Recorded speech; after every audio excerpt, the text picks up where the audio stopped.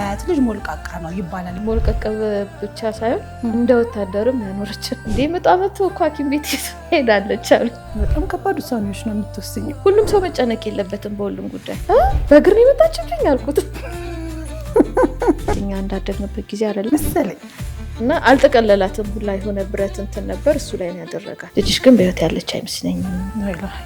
አላህ እስልምና ብቻ እኮ ነው የጎደላት። እባክህ ሚዳውን ስጣት ብዬ ለምነው ነበር። በዛ ስሜት ውስጥ ሆነሽ አልሐምዱሊላህ ሻልሽ? አሁን ላይ እንደሱ ነው ያልኩት። አምቡላንስ አንጠራም፣ ምክንያቱም መንገድ ላይ ልትወልጅብን ትችያለሽ። አንቺን ፈጣሪሽን ለምኝኝ፣ ያን ፈጣሪያችንን እንለምናለን። ምን አይነት ልጆች ያሳድጉ? ልጆቼ ጋር ትንሽ የጤና ሁኔታ ምናምን ጭንቀት እንደሆነ አይቻለሁ። አላህ አፊ አድርገኝ። እኔ ነው የሁሉ ነገር መሰረቱ እሱ ነው። ሰዎች ጠዋት ቁርሳቸውን ታበላለች፣ አዘሴም ታይም ውሾችም ይመጣሉ፣ ለነሱ የሚሰጣቸው ምግብ አለ። ለምሳሌ በቃ ለእናንተ የተሰጣችሁ ነገር በቂ ነው እና ውደዱት። በጣም ከቆይታ በኋላ ነው ልጆቹ ደንግጧል በጣም እሷም ደንግጣለች።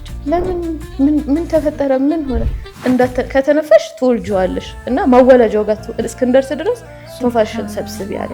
የአሁን ዘመን እናቶች ምን እንደሆነ አልነገሩኝ። ለምን አላህ ጠይቄዋለሁ ያደርግልኛል። ወንድ ነው መወልደው አልኩት።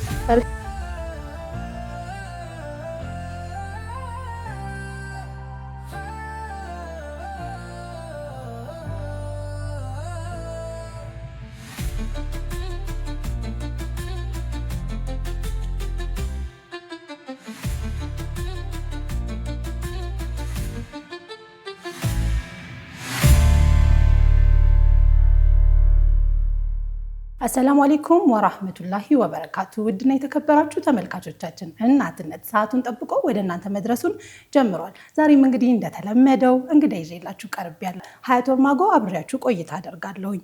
ባለባበስ በኩል የዘወትር አጋራችን የሆነችውን ሌላ ስታይል እጅግ አድርጌ አመሰግናታለሁ። እንደተለመደው እንግዳይን ተዋውቀን እንመለሳለን። መልካም ቆይታ።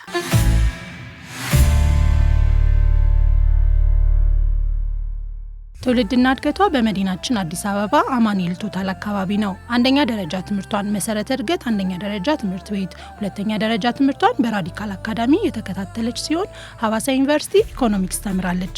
ለሰዎች ያለኝ እዝነት ከሀያቴ የተማርኩት ነው ስትል የምትደመጠዋ ልበ ደጓ የዛሬዋ እንግዳዬ መተዛዘን የተባለ የበጎ አድራጎት ድርጅት ከባለቤቷ ጋር በመመስረት ለአቅመ ደካማ ዜጎች የበኩሏን ከመወጣቷን በተጨማሪ ሰለምቴዎች የሚደገፉበትና የሚማሩበት የተለያዩ ተቋማትን በማገዝና ደከመኝ ሰለቸኝ ሳትል በምታደርገው ትግል በዙሪያዋ ያሉ ሁሉ ያደንቋታል።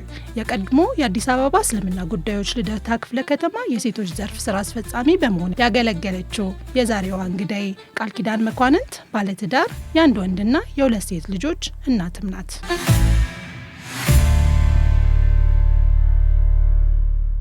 ተመልካቾቻችን እንግዳችንን ተዋውቀን ተመልሰናል። እንኳን ደህና መጣሽ። ሰላም አለይኩም ቃሉ። እንኳን ደህና ቆያችን። ወአለይኩም ሰላም ወራህመቱላሂ ወበረካቱ። እንዴት ነሽ? እናትነት እንዴት ይዞሻል? አልሐምዱሊላህ ጥሩ ነው። እንግዲህ ዛሬ እንግዳ አድርጌ ያቀረብኩላችሁ በእናትነት የተለያዩ ሂደቶች ውስጥ የተለያዩ ነገሮችን ያሳለፈች አንዲት እናት ናት። ከዚህ ቀደም እንግዲህ ወደ እስልምና ከመጡ እህቶች መካከል አንዱ ሆና የኔ መንገድ ላይ ብዙዎቹ ያውቁሻል ብዬ አስባለሁኝ። ዛሬ ደግሞ በእናትነት ለእናትነት እንድናወራ የኔ እንግዳ ሆና እዚህ መታለች። ስለመጣሽ እጅግ አድርጌ አመሰግናለሁ ቃል። ስለጋበዝሽኝ አመሰግናለሁ። ቃልዬ እንግዲህ የአያት ልጅ ሞልቃቃ ነው ይባላል እና አንቺ ደግሞ በአያት እንደማደግሽ ሞልቀቅ ብለሽ ነው ያደግሽው። አልሐምዱሊላህ። ሞልቀቅ ብቻ ሳይሆን እንደ ወታደርም ያኖረችን አይደለ? የሚለይ ነገር አለው። ያው በእናት ማደግ ምን ያህል እንደሆነ ብዙ አላውቅም፣ ምክንያቱም እናቴ በልጅነት ነው የምተችብኝ። አያቴ ግን አልሐምዱሊላህ በጣም ደግ እና ደግሞ በጣም ኃይለኛ አያት ነበረች። ምክንያቱም ሁሉ ነገር እኛ ጋር በስርዓት ነበረ የሚደረገው። መመሪያ አለ። መመሪያ አለ። ስራ መስራት ግዴታ ነው። በጧት መነሳት ግዴታ ነው። ከዛ ውጪ ታማኝ መሆን ግዴታ ነው። የሰዎችን ነገር አለማየት ግዴታ ነው። ብዙ ኃላፊነትን ወደ አንቺ ትተዋለች። እሱ ነገር ለእኔም ጠቅሞኛል፣ ለሌላዎችም አብረው ይላሉ እህት ወንድሞቼም ጠቅሞናል ብዬ አስባለሁ። እንደው በወሬዎች መሀል እማዬ እንደዚህ ታደርግ ነበር፣ እማዬ ልጅ ስታሳድግ እንደዚህ ማለት ታዘወትሪያለሽ እና ከሳቸው ወርሰሽ ለልጆችሽ ያስተላለፍሽው ነገሮች ምንድን ናቸው? ከሳቸው ምን ወሰድሽ በዋናነት? እስኪ ከሷ በዋናነት የወሰድኩት ታማኝነት። መርካቶ ላይ ነበር የምትነግደው፣ ግን አንድም ቀን እቁብ ገብታ አታውቅም ነበር። ለምን? ምናልባት ከወሰድኩ በኋላ ብሞት የሰው ሀቅ ይዤ እሞታለሁ የሚል ፍርሃት ነበራትና ሁልጊዜ ስትነግድ በታማኝነት ነበር የምትነግደው። ታማኝነት። ሌላስ ምን ታደርግ ነበር? እስኪ ሌሎች ነገሮቿንም አንሽልኝ። በጣም ጠንካራ አያት ነበረች። ኦልሞስት እስከ 80 ምናምን አመቷ መርካቶ ላይ እየነገደች ነበረ። እንደውም እኔ እንደሷ ጠንካራ አይደለም፣ እሷ በጣም ጠንካራ ናት። ሁልጊዜ ሌሊት ሰው ናት፣ ሌሊት ነው የምትነሳው። ከዛ ውጪ ሰዎች ጋር ብዙ ነገሮችን እንዳንጠብቅ ትመክረን ነበረ። ያው እናትና አባቴ እርሊ እንደመሞታቸውም እሷም የሆነ ቀን ትቻችሁ ይሄዳለሁ የሚል እሳቤ ስለነበራት ማንንም ሰው እንዳትደገፉ ማለት ከማንም ሰው ይሄ ነገር ያደርግልኛል ብላችሁ እንዳትጠብቁ፣ አለመጠበቅ በቃ። ከዛ ውጪ ታማኝነት ላይ ብዙ ትኩረት ታደርግ ነበረ። ሶስተኛ በጣም ማደንቅላት ነገር እኛ ጋር ምግብ ተሰጥቶሽ የሌላ ሰው ምግብ ካየሽ ይወሰድብሻል፣ ሰስተሻል ተብሎ ማለት ነውና የሰዎችን ነገር አለመከጀል በይበልጥ እንድንለማመድ አድርጋናለች። እንዴት ማለት ነው? እስኪ ንገሪ። ለምሳሌ በቃ ለእናንተ የተሰጣችሁ ነገር በቂ ነው እና ውደዱት የሚል መርህ ነበራት። ያንን ለማስተማር እኔ ወንድሜ እህቴም አለች፣ ወንድሞቼም አሉ። የእነሱን ምግብ ካየሁኝ እኔ ቀድሜ ሊወሰድብኝ ይችላል። ለምን አየሽ ተብዬ ማለት ነው። ምክንያቱም በቃ እንደ አጥያት ነበር የምታስተምረን። ባላችሁ ነገር ተብቃቁ ትለን ነበር። የሰዎችን ነገር አትዩ፣ የራሳችሁን ነገር ውደዱ። አንዳንዴ ሰዎች ጋር እንሂድና ልጅነት ይዞሽ ቤቱን ምናምን ለማየት ትሞክሪያለሽ። እሱ በቃ ጥፋት ነው። እንዴት ሰዎችን ልንጠይቅ ነው ሄድ ነው እንጂ ቤት ልንገመገም አልሄድንም፣ እንዴት ታዩታላችሁ ብላ ሁላ ትቆጣ ነበር አስታውሳለሁ።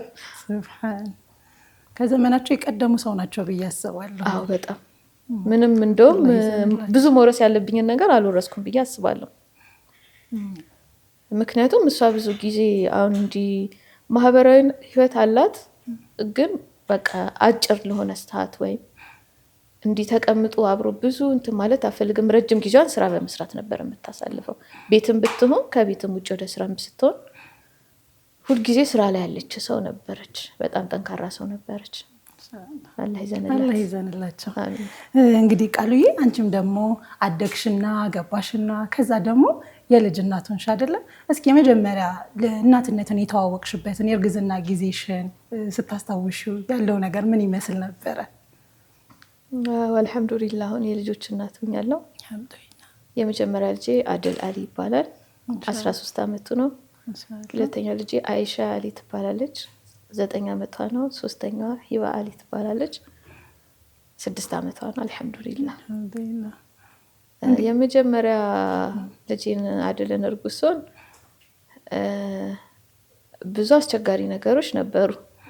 አንደኛ ገና የመጀመሪያ ልጄ ነው፣ ስለ እርግዝና ምንም የማውቀው ነገር አልነበረም። ሁለተኛ ቤተሰብ አክሴፕት አላደረገኝም።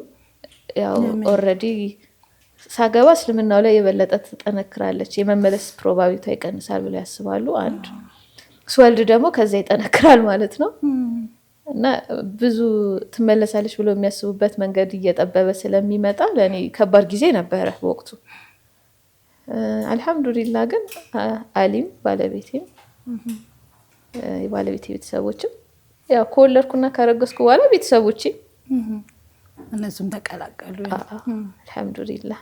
እንዴት ነበር ግን መጀመሪያ እርጉዝ መሆንሽን ያወቅሽበት መንገድ? የተለያየ አይደለ? አንዳንዱ ያው በምልክቶች ምናምን ተጠራጥሮ ነው፣ አንዳንዱ ያው ቼክ አሞኝ ነው። እሺ ምግብ አልስማማ ምናምን ሲለኝ መታየት አለብሽ ተብዬ ታየሁኝ። ስታይ እርጉዝ እንደሆንኩኝ አወቅኩኝ። ያው ደነገጥኩኝ። ከዛ ምንድነው የሚሆነው? ያው ልጅነትም ስለነበረኝ ምንድነው ማረገው ምንድነው የሚሆነው የሚል ሀሳብ መጣብኝ። የማስታውሰው እንደደነገጥኩ ነው። በቃ እንዴት ነው አንድ ማደርገው የሚለው ነገር ሀሳብ ይዞኝ ነበር። እንግዲህ እናትነት ቃሉ የተለያዩ ፓርቶች አሉት አይደለ? የተለያዩ ሂደቶች አሉት እንዳልሽው፣ እርግዝና ጊዜ አለ። ከዛ በኋላ ደግሞ ምጥ የሚባል ነገር ነው የሚከተለው እና ያንቺ የምጥ ጊዜዎችሽ ከአብዛኛዎቹ ሴቶች አወላለድ በጣም ይለያል። ለምንድነው? በዛ ሰዓት በጣም ብዙ እናቶች ወይም ደግሞ ሴቶች እንክብካቤ የምንፈልግበት የሰው ትኩረት የምንከጅልበት ጊዜ እንደመሆኑ አንቺ ግን በዛ ቦታ ላይም የሆነ ጥንክር ብለሽ ምናምን ጀግነሽ ነው የምትታየው። ብቻሽን ሁላ ሹልክ ብለሽ ሆስፒታል ልትሄጂ ትችያለሽ ሁላ አሉ። እስኪ ስለዚህ ነገር ንገሪኝ፣ የምጥ ጊዜዎችሽን አስታውሺ። የመጀመሪያውን የምጥ ጊዜ ያው እንደነገርኩሽ አድልን ልጅም ሁኜ ስለነበረ ሁሉም ሰው ከቦኝ ነው የሄድኩት። ግን በባህሪ ግርግር አልወድም። ሁላ የሆነ ምጡ ትንሽ ቀለል ሲለኝ ኧረ ትንሽ ሰው ይቀነስ ምናምን እላቸዋለሁ። ትንሽ ሰው ቀንሱ ምናምን ነገር ነበረ። ያው ምጡ ደግሞ የበለጠ ሲጠናብሽ ትታዩና ደግሞ ወደ ራስሽ ሀሳብ ትመለሻለሽ። የመጀመሪያ ልጄ ያው ቤተሰቦችም ነበሩ፣ ሁሉም ነበሩ። አድል ያልኩበት ምክንያት የራሱ ምክንያት ነበረ። የመጀመሪያ እርግዝና ውጤት እርጉዝ ነሽ ብለው ሲነግሩኝ ይሄ የድምጻችን ይሰማ የመጀመሪያ አወሊያ ነገሮች የተነሱበት ወቅት ነበረ። ገና የመጀመሪያ እና አወሊያ እንሄድ ነበር። እኛም እዛ በቃ እርጉዝ ከሆንኩኝ እኔ የምወልደው ወንድ ልጅ ነው። በቃ እስልምና ላይ ፍትህ የሚያመጣ ነው። ገና አንድ ነው። መታየትም አልችልም። ኦልሬዲ ምንም ነገር የለውም እና አድል ነው የምለው እስልምና ላይ ፍትህ የሚያመጣ ልጅ ነው እንዲሆን የምፈልገው። ኢንሻአላህ አላህ ደግሞ እንደዛ ያደርግልኛል ብዬ እንትን አልኩኝ። ወንድ ትወልጃለሽ እንደዛ እንትን ማለት ጀመርሽ ምናምን አሉኝ አጠገቤ የነበሩ ሰዎች። ያው አላህ ንያችንን አይከለክለንም። ዱዓ አደርጋለሁ ኢንሻአላህ። እስቲ ያው እንደ ልጄ አሁን ቲኔጅ ላይ ነው። የሆኑ ስህተቶች እንኳን ሳይበት አድል እኔ ለዚህ ዓላማ አይደለም እንትን ያልኩክ እባክህ አታዋርደኝ እለዋለሁ። እና አልሐምዱሊላህ አድልን ስወልድ ያው እንደመጀመሪያም ምጤ ትንሽ ጠንከር ያለ ነበረ። ግን አልሐምዱሊላህ አላህ ረዳኝና ወደ ኦፕራሲዮን ልገባ ነበር። ኦልሬዲ ማህፀን አልከፈተምና የመጨረሻውን ኦፕራሲዮን ክፍል መግባት አለብሽ አሉኝ። በዛ ሰዓት እሺ ምናምን ነው ምጡም ስለሚያስጨንቅሽ እንደዛ ነው የሚባለው። እንዴት እንደመጣልኝ አላውቅም። 15 ደቂቃ ስጠኝና ከ15 ደቂቃ በኋላ እገባለሁ አልኩት። ያደረኩት ነገር ያሲንን ነበር የቀረውት።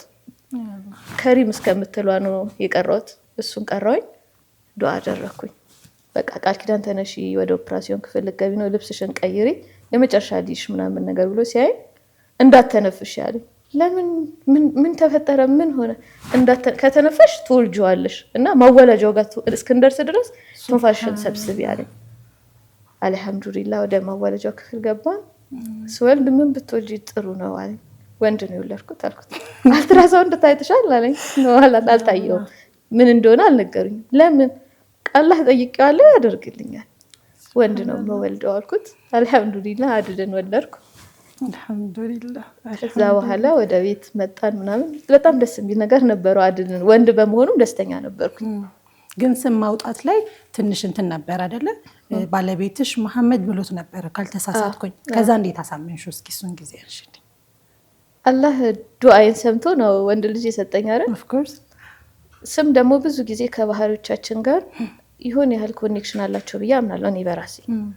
ከዛ አንፃር ይሄን ነገር አትከልክለኛ ብዬ ጠየቁት። አላህ ጀዛውን ይክፈለው። እሺ አለኝ፣ ተስማማን።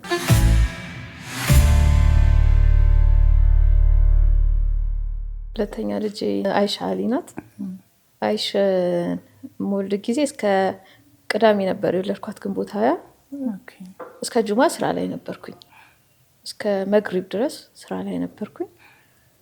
ቅዳሜ ጠዋት ላይ እንደ መድከም ማለት ህመም ስሜት ሲሰማኝ በቃ ኦልሬዲ ጊዜም ስለደረሰ ምጥ ነው ብዬ ያሰብኩና አልሐምዱሊላህ ያው ጥንካሬ ከሰጠን ዱንያ ላይ የማይቻል ነገር የለም። አጋጣሚ ዛኔ አሊም አልነበረም ሀገር ውስጥ። ሐኪም ቤት መግሪብ አካባቢ ሲደርስ ራሴን አስተካከልኩና ሄድኩኝ። ብቻሽን ወይስ ማን ነበር ይዛን? እህቴ ነበረች። እሺ እነሷ ብቻ። አጋጣሚ ጤና ጣቢያው ሰፈር ነው ቅርብ ስለሆነ ሄድን። እሺ ገባሁ። በእግሬ ስለገባኝ እንደዚህ ገና ነሽ ቃል ኪዳን ቶሎ መጣሽ አለኝ። አይ እኔ ምጤን ጨርሻለሁ አልኩት። ያው ኤክስፒሪየንስም ይኖርሻል ከመጀመሪያ ልጅ ያየሁት ነገር አለ እንሽ ምናምን ነገር አለኝና ሲያየኝ ኦልሬዲ ማህፀኔ ወደ 10 አካባቢ ከፍቷል። ኦኬ ከዛ ብሪች ነው አለ። በእግር ነው የመጣችብኝ አልኩት። ለአንቺ ግን አይደለም ቀጥታ ያለው ወይስ ለራስሽ ነው ያለሽ? ሁለት ናቸው፣ አዋላጆች ናቸው፣ አዋላጅ ነርሶች ናቸው። እና ብሪች ነው እንዴት ነው የምናደርገው ሲላት በእግር የመጣችብኝ አልኩኝ። እንግሊዝኛ ታውቂያለሽ? ደግሞ እንግሊዝኛ ማለት ነው ይሄ የሳይንስ እንትን ነው። እና ወይኔ እና እንዴት ነው የሚሆነው? አምቡላንስ አንጠራም፣ ምክንያቱም መንገድ ላይ ልትወልጅብን ትችያለሽ። አንቺን ፈጣሪሽን ለምኝ፣ እኛም ፈጣሪያችንን እንለምናለን፣ እዚህ እንሞክራለን አለኝ። ከዛ ወደ ማዋለጃው ክፍል ገባን። ሁለት ነርሶች ናቸው፣ አመሰግናቸዋለሁ። በጣም ነበር የተጨኔ እንደነሱ ማለት ተጨንቅ ያለው፣ ግን የነሱ ጭንቀት ይለየ ነበረ። ግፍ ያሉኝ ሌላ ነገር ወጥቶ ይሄ ትከሻ ብቻ ቀረ እና ቃል ኪዳን እንዴት ነው የምናደርገው? በቃ አፏን ፈልግ ምናምን ይላሉ። እኔ ድምጻቸው ይሰማኛል። አፏን ጎትታ ወጣ። ጸጥ አለች። አይሻ ምንም ትንፋሽም የላትም፣ ምንም ዝም አለች። የመጀመሪያ ኃላፊነቴ እኔ አንቺን ማትረፍ ነበረ። አንቺን አትርፍ ያለው ልጅሽ ግን በህይወት ያለች አይመስለኝም ምናምን ነገር አለ። አልሐምዱሊላህ። ይከፋሻል፣ 9 ወር ማርገዝ ምናምን ብዙ ስሜት አለው። ግን እውነቱን ለማውራት ያው አላህ የፈለገው ነገር ነው። አንድ በዛ ስሜት ውስጥ ሆነሽ አልሐምዱሊላህ ያልሽው? አዎ ላይ እንደሱ ነው ያልኩት። እሺ። ሁለተኛ ያው የኔም ህይወት ሪስክ ላይ እንደነበረ እየተጨነቁ እንደነበረ አይቻለሁ። እና አልተቀለላትም ሁላ የሆነ ብረት እንትን ነበር እሱ ላይ ነው ያደረጋት። ደንግጧል በጣም እሷም ደንግጣለች። ነርሷ በጣም ከቆይታ በኋላ ነው የጮቹ። ላኢላሀ ኢላላህ ስትጮ ወላሂ እኔ እንደሱ አልተደሰትኩም። በጣም ተደሰተ።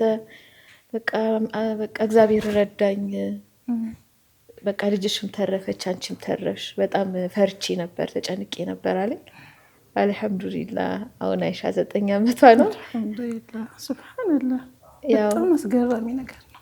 አዎ አልሐምዱሊላህ። ያ ጊዜም እንደዛ አለፈ። የብኩንም ስወልድ አሊ ነበር እዚህ በወቅቱ። ግን እንዳትነግሩት አልኩኝ። እሺ ችግር ካለ ብቻ ደውሉለት፣ ችግር ከሌላ አትንገሩት። ጎረቤት ቡና እየጠጣች ነው። ለምን ግን አልሽ ቃሉ? ሁሉ ሰው መጨነቅ አለበት ብዬ አላምንም። አንዳንድ ጭንቀቶች ማለት የምንችለው ነገር እስከሆነ ድረስ እኛ ብንወጣው ጥሩ ነው። ሁሉን ጭንቀታችንን ሰዎች ጋር መውሰድ አዎ ግዴታው ነው። አሊ መምጣት ነበረበት ምናምን፣ ግን ሁሉንም ጭንቀት ሰዎች ጋር መውሰድ አለብን ብዬ አላስብም። አንደኛ። ሁለተኛ ግርግር ብዙ አልፈልግም። ገባውኝ። ቤት ከገባ በኋላ ቡና እየጠጣች ነው አሉት። በሉት ብያቸዋለሁ። እና ወይ ጉድሽ። እሺ መጨረሻ ጎረቤት ያቺ ልጅ ተገላገለች እንዲ አሊ ምናምን እዛ ቁጭ ብሎ ስላዩት ማለት ነው። ምንድነው ምናምን ሲላቸው እንዴ ምጣ መጥቶ እኮ ሐኪም ቤት ሄዳለች አሉት። ግን እኔ ያው በቃ ችግር የለውም እንዳትነግሩት ቀለል፣ በቃ ችግር ካለ ብቻ ደውሉለት፣ ችግር ከሌለ እንዳትደውሉለት ብያቸው ነበርና በጣም ደነገጠ። አጋጣሚ ሲደርስ ደግሞ እኔም ኦልሬዲ ምጤን ጨርሼ እየወለድኩ ነበርና አልሐምዱሊላህ። 2 ጭንቀት አላየም። የመጀመሪያ ልጄን ብቻ ነው ያየው። በጣም ከባድ ውሳኔዎች ነው የምትወስኝው መሰለኝ። ለምን ብዙ ጊዜ በዚህ ሰዓት በተለይ ባለቤት ሌሎች እንደውም እናቶች ምናምን ሲሆኑ ዱዓቸውን ቢያስፈልግም በቃ ጭንቀቱ ካለፈ በኋላ ነው መናገር ሰዎች የሚመርጡት። ባለቤትሽን ግን በቃ የጉዳዩ አካል ነው፣ የሁለታችሁ ልጅ ነው የሚመጣውና ሰው ማካተቱ እንደ ግዴታ ነው የሚቆጥረው። ለየት ያለ ነገር ነው። የምችለው እስከሆነ ድረስ ብዙ ነገሮችን ራሴ መሞከር ነው። አዎ በቃ ግን እሱ ግን ምን አለሽ? እሺ ለምን እንደዚህ ያደረግሽ አለኝ። ያው ሁሉም ሰው መጨነቅ የለበትም በሁሉም ጉዳይ። ከኛ አቅም ያለፈ ነገር ከሆነ ኦፍኮርስ ሰዎች ጋር ይሄድ፣ እዛ ድረስ እስካልደረስን ድረስ ግን ያው ባለቤቴም ኖረ አልኖረ አላህ የፈለገው ነው የሚሆነው።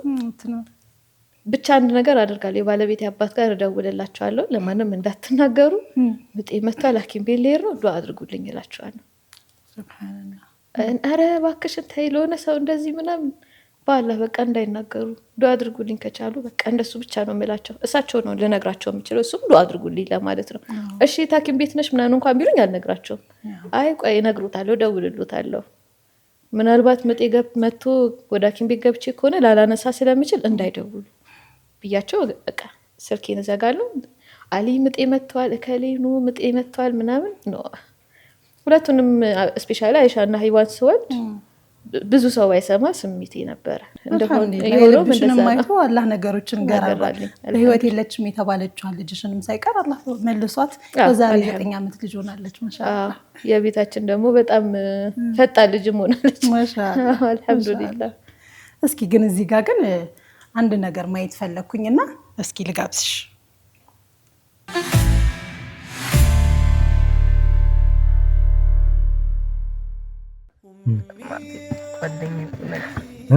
ጓደኛ ሁሉ ነገር ኮስ ስለሷ ስታስብ ይሰማል ደስ ይለኛል ደስ ታማ ባህሪዋ ምንድነው ባህሪዋ ጸባይኛና ትግስተኛ ትቆጣለች ትማታለች አንተ ስታጠፋ ምንድነው የምትልክ መምከር ምን ትላለች ሰው እንደዚህ ነገር አታርገውና አላህ ይባርና ድንገት አላህ Subhanahu Ta'ala ቢወስዳት አዘን ነው ያረገችው ነገር ነው ለማለት ኢስታንባሪ ኢስታንባሪ ባለበት ተቀጥተን ማድረግ ሰው መርዳት ማለት መርዳት ምንድነው የምትረዳው ሰው ትረዳለህ ሰውን ታጅ ማለት ነው ሌላስ ሁሉ ነገር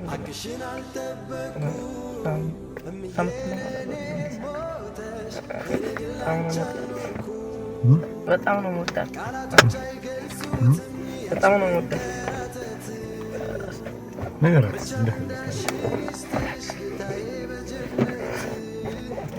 ነው የምወድሽ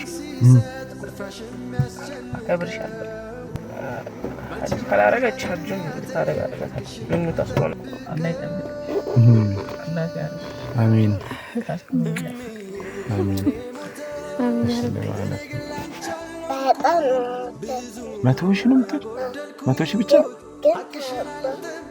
አላህ ማንም የሚወደድ ያለች ማነች ከአላህ ብልጦ የሚወደድ የለ ማለት እሺ ሌላስ የማይደረገውን ነገር ታምረኛለች እናም ሳደግን የሰራ እንጂ ለአንድ በዚህ አመቴን ታዘራኛለች እኔ ደግሞ የዋህ አድርጋ ነው ታስረኝ የዋህ ስለሆንሽ እኮ እስኪ ዱዓ አድርጊልኝ አሚን የምትመኘውን ሁሉ ያሳካልህ አሚን ሌላስ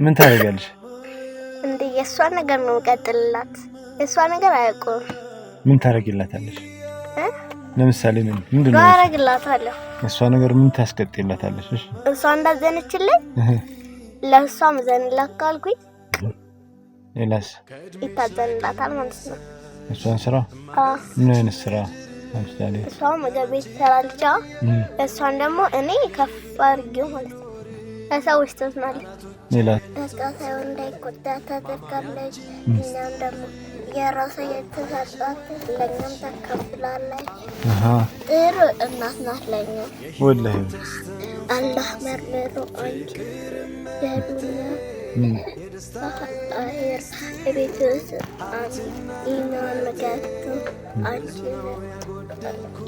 የማያናዱ ሰዎች የማያናዱ ሰዎች ናት ሰዎችን አሚን አሚን አሚን ወላሂ አላህ ይወድ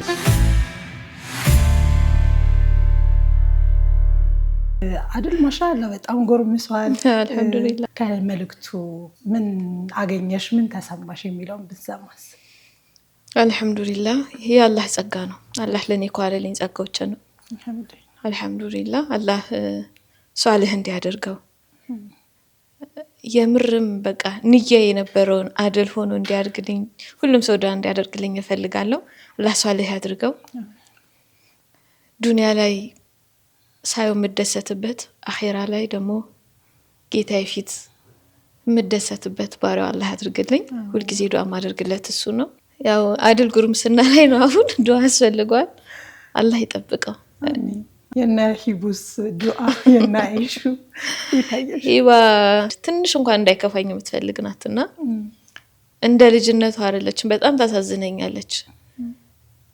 አፍያይም ትንሽ ትንስል ትጨነቃለች በጣም በቃ አሁን አላህ አፍያ አርግሽ ብላኝ ወዲያው አፍያ እንደመሆን ነው የምታምኑና ያው ልጆቼ ጋር ትንሽ የጤና ሁኔታ ምናምን ጭንቀት እንደሆነ አይቻለሁ። አላህ አፍያ አድርገኝ እኔ ነው እነሱንም አላህ ሷሊህ አድርግልኝ። ሷሊህ ሆኖ በጀነት ደግሞ ተሰብስበን የምንደሰት ዱንያ ላይ የተሻለ ኸይር ነገሮችን ሰርተን በኸይር ነገር ጌታችንን የምንገናኝ እንድንሆን አላህ እንለምነዋለን ኢንሻአላህ። እንዳጠቃላይ ያየናቸው መልእክቶች ነበሩ። ያው ወደ ሰውም እንዳይደርስ አንቺ ጋር ግን ደርሶ ደግሞ ትልቅ ስሜት የሰጡሽ መልእክቶችም ነበሩና ከቅርብ ሰዎች ነው እነዚህ መልእክቶች የደረሱት። እዚህ ላይ ያለሽን ነገር የነሱንም ኮሜንት ስትሰሚ የተሰማሽ ስሜት ምን ይመስላል? እስኪ ኸይር አልሐምዱሊላህ። ያው ይሄም አላህ ከዋለልኝ ጸጋዎች አንዱ ነው። አልሐምዱሊላህ ልጆችን ስሰማ አልሐምዱሊላህ። ያው ውጪም ውል ሴት ነኝ እና ስራዬ ደግሞ አድካሚ ነው። የምግብ ቤት ስራ በጣም አድካሚ ስራ ነው። የሚገባቸውን ያህል ነገር ሰጥቻቸዋለሁ ብዬ አላምንም። የሚገባቸው ነገር ማለት ምንድነው? ጊዜ ብዙን ጊዜ ውጪ ነኝ እኔ። ልጆች ደግሞ ጊዜ ይፈልጋሉ። ያንን ሰጥቻቸዋለሁ ብዬ ስለማላምን ያው ሁሉ ጊዜ ከናንተ ጋር እንደማወራው እንደ ምርጥ እናት የምታይ ሰው ልሆን አልችልም ብዬ አስባለሁ። ግን አልሐምዱሊላህ ያው ባለችኝም ሽርፍራፊ ሰዓት ባህሪዎቼን ለማጋባት እሞክራለሁ። ከሀያት የሚያየውት እሱ ነገር ስለነበረ ያው ውጪ ነው የምትውለው፣ ግን ባለችበት ሰዓት ግን የሆነ ነገር ልትሰጠ ልታስተምረ የምትፈልገው ነገር አለና አልሐምዱሊላህ በተወሰነ መልኩ እሞክራለሁ። አላህ ሷሊህ አድርግልኝ ያ ረቢ። እንግዲህ ስለ አያትሽ እየደጋገምን እያነሳን ነበር። እንደ ምሳሌ የሚነሱ ምርጥ እናትም ነበሩና አላህ ይዘንላቸው። ከሳቸው ግን ውጪ እንደው እንዳጠቃላይ ከታሪክም ከምሰሚያቸው ከሀዲስም ሊሆን ይችላል እቺ ጀግና እናት ናት የምትያት እናት ማናት? ያው ሌላ ቀንም ስል ትሰሚኛለሽ ይህንት እናትን በጣም ማደንቃት እናት ናት። ብዙ ነገሮች አንወድላታለሁ። ብዙ በዙሪያ ያሉ እናቶች ሀቂቃ ሁሉም ጀግና እናት ናቸው። ሂንት ማለት ማናት? ሂንት ሳር ማለት ሉባባ ዘላቀ ጓደኛዬ ናት። ጓደኛችን ናት፣ የሁለታችንም ጓደኛችን ናት እና ኦፍ ኮርስ አንቺም እንደዛ እንደምታስባለሁ ሁሉ ጊዜ አደንቃታለሁ። ልጆቿ ላይ ያለውን ነገር፣ ቤታቸው ላይ ያለውን ነገር አላህ ይጠብቃት፣ ልጆቿንም አላህ ይጠብቅላት። ከዛ በተጨማሪ ግን አብዛኛው እናቶች ጀግኖች ናቸው። ብዙ ነገር ተቋቁሞ ልጆቻቸውን ያሳድጋሉ። ከዛ አንፃር ስፔሲፊካሊ ግን የሉባባ እናት ጀግና እናት ናት። አላህ ይጠብቃት። እውነት ነው ማማ፣ በጣም ምሳሌ የምትሆን እናት ናት። አላህ ባለችበት ይጠብቃት፣ ረጅም ያድርግላት። ጥሩ ነገሮች እያነሳን ነው። አፍታ ረፍት ወጥተን መመለስ ይኖርብናል። የተከበራችሁ ተመልካቾቻችን አፍታ ረፍት ቆይተን እንመለሳለን። መልካም ቆይታ። የተከበራችሁ ተመልካቾቻችን እናትነትን እየተከታተላችሁ ትገኛላችሁ። አብራችሁን ስላላችሁ እጅግ አድርገን እናመሰግናለን። ከእንግዳይ ጋር ያለን ጨዋታ እንቀጥላለን። አሁን ደግሞ ምን እናንሳ መሰለሽ ቃሉ፣ የዘመኑ ልጆች ሁሉም በየዘመኑ የተለያየ አይነት ያስተዳደግ ሁኔታ ነው አይደለ ያለው።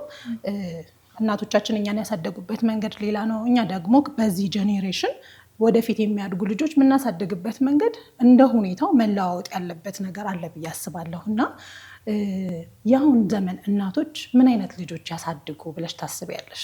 ያለፉ ሰዎች ቢያወሩ ጥሩ ነበረ። ኦልሬዲ የኔ የመጀመሪያ ልጅ 13 ዓመቱ ነው። ቴክኖሎጂ ትንሽ ያስቸግረናል። ከስልክ ጋር ያለው ነገር ሁሉ ነገር ለልጆቻችን ቅርብ ነው። አሁን እንደ በፊትኛ እንዳደግንበት ጊዜ አይደለም። ሆነስትሊ እኔ ከአድል ጋር ከማደርገው ነገር አንዱ አድልን ሁሉ ጊዜ አምናለሁ ነው የምለው። ጥፋቶች ሲያጠፋና የማይሆን ነገሮች ላይ እንደ ልጅ አገኘዋለሁ። ሳገኘው ድብድብ ጋር ምናምን አይደለም የሚሄደው። በማድረግ ደስተኛ ነክ ከዚህ ነገር የምታገኘው ጥቅም አለ። ነገ ጌታ ፊት ስትጠየቅ የምትመልሰው መልስ አለ። እኔ ሳይው የሚሰማኝን ስሜት መቀበል ትችላለህ። ይሄ የምችል ከሆነ ኦኬ በቃ ችግር የለውም እላለሁ። ማለት ይሄ አንተ እንደዚህ ኢቭን እኔ የጧት መሪ አለ ልጆቼን እየጮኩ እየተቆጣው እየተሳደብኩ ምናምን እንደዚህ አይነት ባህል የለኝም። እንደውም ቤት ውስጥ አንቺ በጣም ድንጋይ ነሽ ይሉኛል። ለምንድን ነው ማትቆጩ? ልጆች ቢጮቱ ቤት ቢያበላሹ ምናምን ወላሂ እኔ ልጅ ቤት አበላሽ ብዬ አልቆጣም። ፍሪሊ ጮቱ ልጅነት ስለሆነ ድጋሚ ያንን ጊዜ ስለማገኙ። ከዛ ውጪ ግን ከልጆቻችን ጋር በእምነት ብንኗኗር ጥሩ ነው። ከስድብ ከቁጣ እምነት ስለሚያሸንፍ ይሄንን የወሰድኩት ከአያቴ ነው። አያቴ ብዙ ጊዜ ምን ትለኛለች? መጥፎ ነገር ላይ ስታገኝ አመሰግናለሁ ቃል ኪዳን ይሄ ነበረ የሚገባኝ ስለዚህ ሰጠሽኝ። አስቢው ድብድብ የለም ምት የለም ምንም የለም። አሁን ከልጆቼ ጋርም የማደርገው ብረግማቸው ራሴን እንደረገምኩ ነው። ብሰድባቸው ነገ እንደዚህ ብላችሁ ተሳደቡ ማለት ነው። የማደርገው ነገር በጣም ትልቁ ስድብ በቃ አላህ ሂዳያ ይስጥክ፣ አላህ ይዘንልክ። ሁልጊዜ መምላቸው ይሄንን ነው። ከዛ ውጪ ደግሞ ሁልጊዜ ስህተት ላይ ሳገኛቸው ይሄ ነው ይመጥነኛል ብለህ ታስባለህ ወይ? አይደለም ነው ብዙ ጊዜ ልጆቹ እንኳን ትንንሽ ናቸው። ያን ያህል በርደን የምትሰጫቸውም አይደለም። ልጆችን ሁልጊዜ እንደምናምናቸው አጠገባችን እንደሆኑ ወንጀልን እንደሚጸየፉ እንደምናምን ስንነግራቸው በፍቅር ነገሩን የመተው አክሰስ አላቸው። አድል ላይ በተጨባጭ ይሄንን ስለማይ ማለት ነው። ከዚህ አንፃር ወላጆችን የምመክረው ነገር ስድብን አናለማምዳቸው፣ እርግማንን አናለማምዳቸው። ከዛ ውጪ ከአላህ ጋር ያላቸውን ነገር ለማስተካከል እንሞክር። የምንሰራውን ብቻ ስለሚያዩ እነሱ ምናወራውን ስለማይሰሙን ልጅ በእርግጠኝነት ያስተካክላል ብዬ የማምነው ዱዓ ነው። አላህን መለመን፣ ስለነሱ መጨነቅ፣ ተጨንቀን ዱዓ ማድረግ እሱ የተሻለ አማራጭ ነው። ስድብንና እርግማንን ባናለማምዳቸው ኸይር ነው ብዬ አምናለሁ። ጥሩ ነገር ነው ያነሳሽው። በተለይም ዱዓ የሚለው ነገር ቀላል ነገር አይደለም። የሁሉ ነገር መሰረቱ እሱ ነው። በዱዓ ብዙ ነገሮች ሲስተካከሉ ስለምናየው ጭምር ማለት ነው።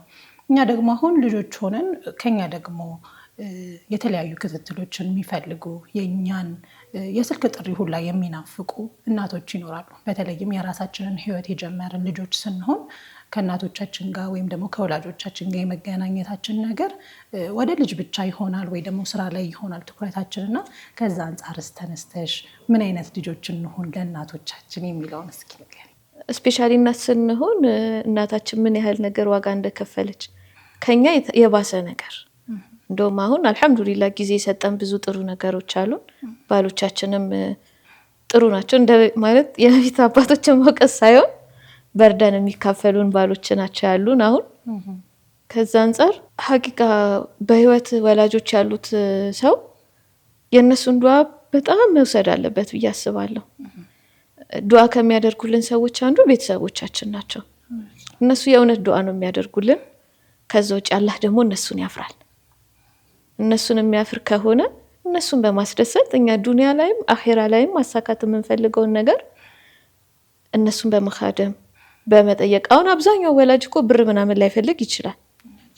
ያንቺን መምጣት ሊያወሩልሽ የሚፈልጉትን መጫወት የሚፈልጉትን ነገር እንዲጫወቱ ማድረግ፣ ስልክ ደውለን እንዴት ነሽ እንደምንወዳቸው መንገር።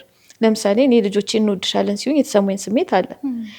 ይሄን ነገር እኔ በእድሜ ከፍ ብዬ እነሱን በእድሜያቸው ከፍ ብለው ሲያደርጉ ምናልባት ከዚህ የተለየ ስሜት የሚሰማኝ ይችላል ብዬ አስባለሁ። ለኛ ወደድነው ደስታ ደግሞ ለሚወዱን ብዙ ለታገሉልን ብዙ መስዋዕትነት ለከፈሉልን ቤተሰቦቻችን ማድረግ ደግሞ ዋጅብ ነው። በህይወት እስካሉ ድረስ እነሱ መጠበቅ መንከባከብ የነሱን ዱዓ መውሰድ ኸይር ነው ብዬ አስባለሁ። ቆንጆ ነገር አነሳሽ።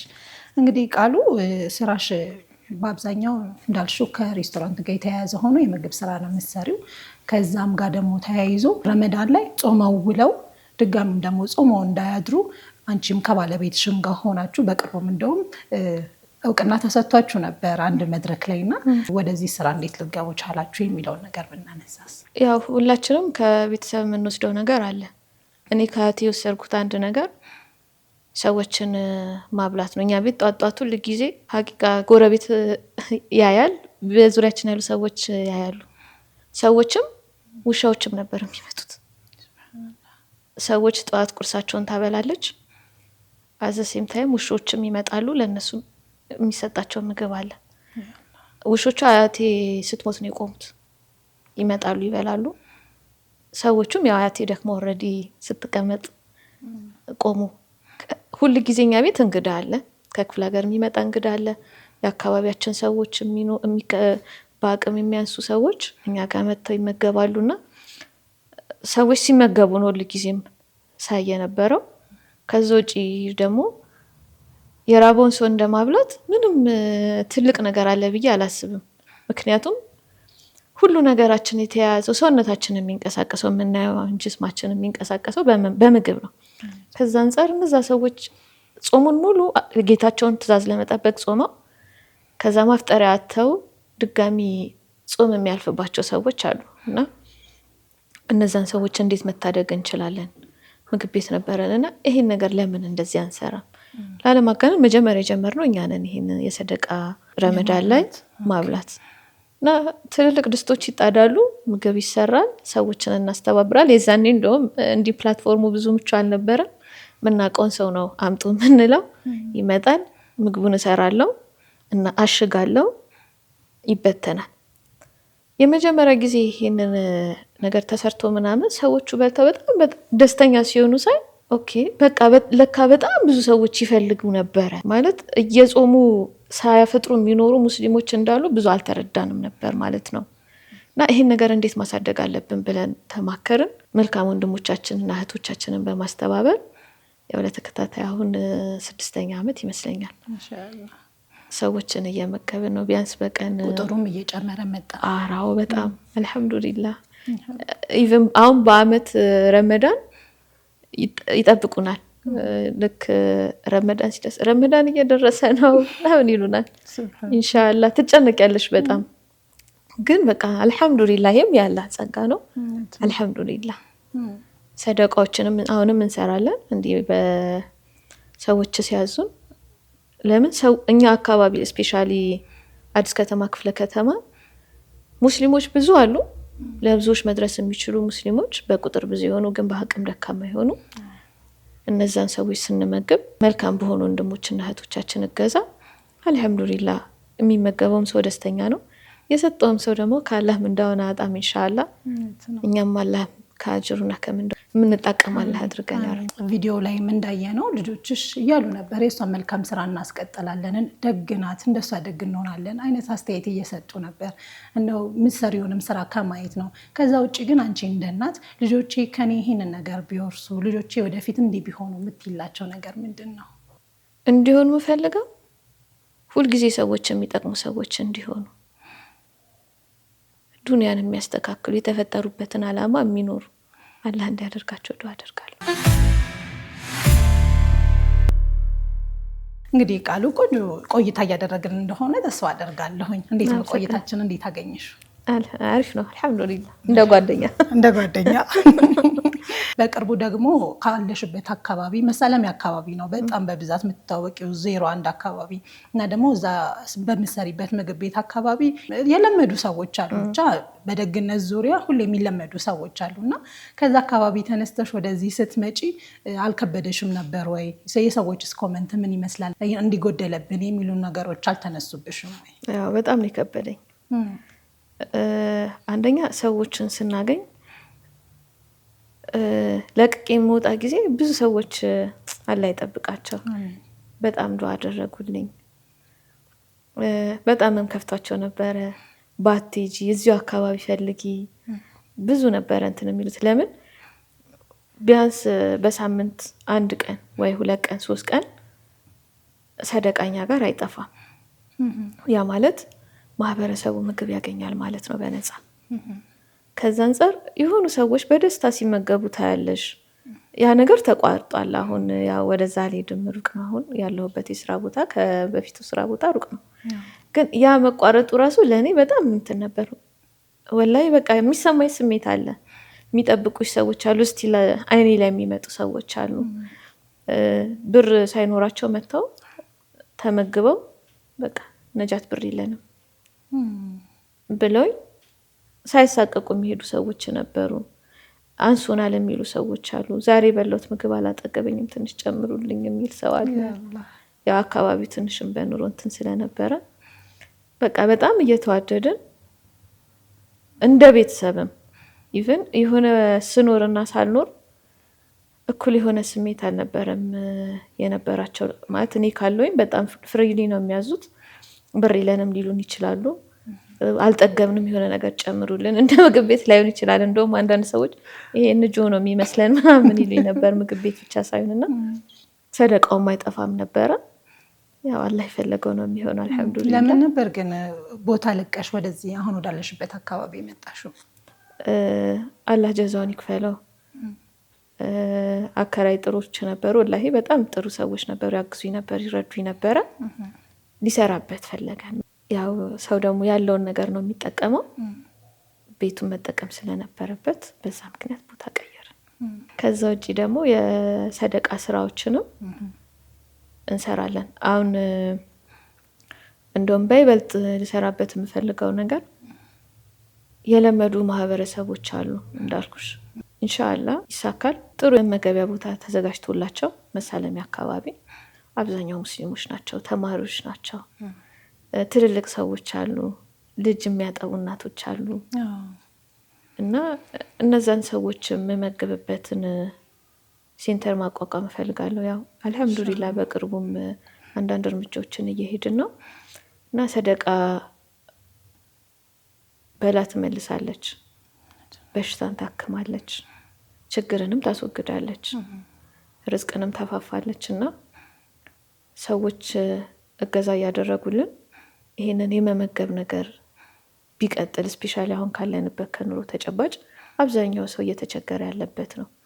የሆኑ ሰዎች በቅንጦት የምንኖርበት፣ የሆኑ ሰዎች በጣም የምንቸገርበት ጊዜ ነውና የሰደቃውን ነገር ሞር ስራው ተስፋፍቶ በደንብ እነዚህ ማህበረሰቦች አግኝተው ቢበሉ ቢመገቡ፣ ልጆች ተመግበው ወደ ትምህርት ቢሄዱ፣ ሰራተኛው ተመግቦ የጉልበትም ስራ ሊሆን ይችላል፣ ምንም ሊሆን ይችላል ቢሰራ፣ ሽማግሌዎች፣ እናቶች፣ ሴቶች ስፔሻሊ ሴቶች በምግብ ማጣት ባይቸገሩ ባይሰቃዩ እመኛለሁ። ኢንሻአላህ አላህ ደግሞ ያሳካልንና ያሰብኩትና ያለምኩትን ነገር እናደርጋለን ብዬ ተስፋ አደርጋለሁ። ምክንያቱም አላህ ደግ ነው፣ ያደርጋል። ኢንሻአላህ አላህ ያሳካልሽ። አሜን። ከዛም ጋር ግን ተያይዞ አንድ ለሰደቃ ቀለል ያለ የምትጠቀሙት ነገር አለ። ብዙ ጊዜ ሰደቃ ስናደርግ በቃ ድግስ በይው ምቹ ቦታ ላይ ኖረን ይችላል። ሰው ሲታመምብንም እንደዚህ አይነት ነገር ማድረግ እንፈልግና እንቸገራለን። ያንን ደግሞ ቀለል የሚያደርግ እናንተ ጋር የምታስተናግዱበት አንድ የፓኬጅ ስራ አለ አይደለ? በአንድ ሰው የተወሰነ ብር ይሆንና ሰደቃውን እራሳችሁ ታደርሳላችሁ፣ ለዛ ሰው ዱዓ ታስደርጋላችሁ። ያ ሰውም ከመጣ አብሯችሁ ሰደቃውን ታደርጋላችሁና እስኪ ስለሱ ንገሪኝ። ያው ምንድነው እኛ ያው የረጅም ዓመት ኤክስፒሪየንስ ሲሆን ችግር የሚሆኑትን ነገሮች እያቀለልሽ ትሄጃለሽ፣ ስራ ልምድ ስለሆነ ማለት ነው። ከዛ አንፃር ያው እኛ የምናደርገው ምንድነው የሆኑ ሰዎች ሰደቃ ማድረግ ሲፈልጉ ኦርደር ይሰጡናል። 10 ሰው ሊሆን ይችላል፣ 5 ሰው ሊሆን፣ አንድ ሰውም ሊሆን ይችላል፣ 50 ሰው ብቻ ያ ሰው እንደፈለገው ምግብ እናዘጋጅለታለን። አንድ ሙሉ እንጀራ አለው፣ ሩዝ አለው፣ ቀይ ወጥ አለው፣ አልጫ ወጥ አለው። እንደ ሰው ምርጫ ውሃ ሊኖር ይችላል፣ ውሃ ላይኖር ይችላል። ያው እንደ ሰው የኪስ አቅም ማለት ነው። ሁልጊዜ ስጋ ላይሆን ይችላል። አንዳንድ ሰዎች አቅማቸው ሽሮ ማብላት ሊሆን ይችላል። እንደዛም ሲሆን አልጫ ምስርና ድንች አድርገን ውሃም አቅማዊ ያለው ሰው ውሃ እናደርጋለን። ካልሆነ ምግቡን ብቻ ለሚገባው ሰው ምግብ ለሚያስፈልገው ሰው ወስደን እንሰጥለታለን። ሲሆን ደስ የሚለው ያ ሰው የጉዳዩ ባለቤት መጥቶ ሰዎች ሲበሉ የሚያገኙትን ደስታ ከራባቸው እንትን በማለታቸው መሳቃቸው መደሰታቸውን ሲያይ ያም ደሱ ትልቅ ዱዓ ነው። አፋውጥተው ዱዓ እንኳን ባደርጉ ያ ሰው በተደሰተ ቁጥር አላህ ለባሪያው የሚያደርግለት ነገር አለ፣ በባሪያው የሚደሰተው ነገር አለና ከዛ አንፃር መተው ሲያዩ ደስ ይለናል። መተው ካላዩን ደግሞ ያው ለሰዎቹ ስናደርስ ዱዓም ስናስደርግላቸው ሰዎቹ ፊት በማይገባበት ሁኔታ ተደርጎ ወደ እነዛ ሰዎች እንልካለን። ቆንጆ፣ በጣም ቆንጆ ነገር ነው። አላህ ያግዛችሁ። እንግዲህ እንዳሰብሽውም ደግሞ ካሰብሽውም በላይ አላህ አሳክቶላችሁ ትልቅ ደረጃ ላይ ደርሶ እንድናየው እመኛለሁ ኢንሻአላህ። አሁን ግን ይሄን አንድ ጥያቄ ሳልጠይቅ ብንወጣ ተመልካቾቼ ራሱ ምንነካት ማለታቸው አይቀርም ብዬ አስባለሁ። ምንድነው አንቺ መጀመሪያ በክርስትና እምነት ውስጥ የነበርሽ ሰው ነሽና አስተዳደግሽም በዛ የታነጸ ነው፣ በዛ ስነ ስርዓት ያለፈ ነው። እናትነትንም የምታውቂው የነበረው በዛው ስር ሆነሽ ነውና ልዩነቱ ምን ይመስላል? የሙስሊም እናት ሆኖ ልጆችን በተርቢያ ማሳደግ ላይ ያለውና እዛም ደግሞ ያለው ስነ ስርዓት አለ አይደለ? እሱ ያለውን ልዩነት ምን ይመስላል የሚለውን ብትነግሪኝ። ያለማጋነን አያቴ እስልምና ብቻ ነበር የጎደላት እኛን ስታሳድገን። በአኽላቅ ደረጃ ብዙ በጣም ብዙ የሚገራርሙኝ በቃ አልሐምዱሊላህ የተመኘሁትን እስልምና አግኝታ መሞቷ ለከል ሐምድ ስለምንም የነበረው እሱን ነበረ። ምክንያቱም አያቴ አኽላቋ በጣም ጥሩ ነበረ። ሰዎችን መንካት አትወድም። ስታሳድገን ኃላፊነትን ኮንሲደር አድርጋ ነበረ ታማኝ እንድንሆን። ኢቭን እኛ ቤት እከሌ እንደዚህ አረገ ብለም ማውራት ወላሂ አይቻልም ነበረ። እንዴት ስለ ሰው ታወራላችሁ እናንተ? ሰዎች ስለ እናንተ ምን እንደሚሉ ምን ታውቃላችሁ? ማለት የራሳችሁን ጨርሳችሁ ነው ሰዎች ከሄዳችሁት እንዴት ስለ እከሌ ታነሳላችሁ? ወላሂ ሁልጊዜ እንደዛ ተወቅሰን ነበረ። የሰው ሀቅ በመጠበቅ ደረጃ ስራ ላይ ብርቱ መሆን እንዳለብን እንደውም ብዙ ጊዜ በቃ ሴት ልጅ ከተኛች እኮ በቃ አለቀላት አይነት ነገር ነበር። እኔ እንደውም በሷ አልወጣሁኝም። ከዛ አንፃር በአኽላቅ ደረጃ ጥሩ አኽላቅ ነበራት። እሷም እስልምና ነበር የጎደላት ብዬ ነበር ማምነውና አላህ እስልምና ብቻ እኮ ነው የጎደላት፣ እባክህን ሂዳውን ስጣት ብዬ ለምነው ነበረ። አላህም ረዳኝ አልሐምዱሊላህ። እስልምናን ተቀብላ ሞተች። እስልምናን ከተቀበልኩ በኋላ ከዛ በኋላ ገባሁኝ። ከዛ በኋላ የልጆች እናት ሆንኩኝ። ዲን ሰፊ ነው በጣም በሚገርም ሁኔታ ደግሞ ከፍተኛውን የዲን ነገር የያዘው አኽላቅ ነው። ከሰዎች ጋር ያለንን መስተጋብር ነው የሚጠቅሰው። በጣም ቁርአን ላይ ብዙ ትንታኔ ሰጥቷል። እንደ እናት ምን አይነት መሆን አለባት የሚባለው ነገር ረሱል ሰለላሁ ዐለይሂ ወሰለም እናት ትምህርት ቤት ናት ብለዋል። ከዛ አንፃር ለማንበብ ጥሩ ሰው ነኝ ብዬ አስባለሁ። ሐቂቃ ወላጆች ዲንን ብንረዳ ቁርአንን ብንረዳ ከዛ በኋላ ያን ዲንንና ቁርአንን ወደ ልጆቻችን ከዱዓ ጋር በመታገዝ ብናስተላልፍ እኛም ስኬታማ እናት እና አባት ልጆቻችንም ስኬታማ ልጆች ዱንያ አኺራቸው ያማረ ለኛም ያማረልን እንሆናለን ብዬ አስባለሁ። አፍተሮል እስልምና ውስጥ በቃ ቁርአንን በሚገባ መረዳት፣ ዲንን በሚገባ መረዳት፣ ያንን ዋንስ መረዳት የምንችል ከሆነ ዱንያ ቀላል ናት ብዬ አስባለሁ። እኔ ጋር ያሉኝን ጥያቄዎች ጨርሻለሁ።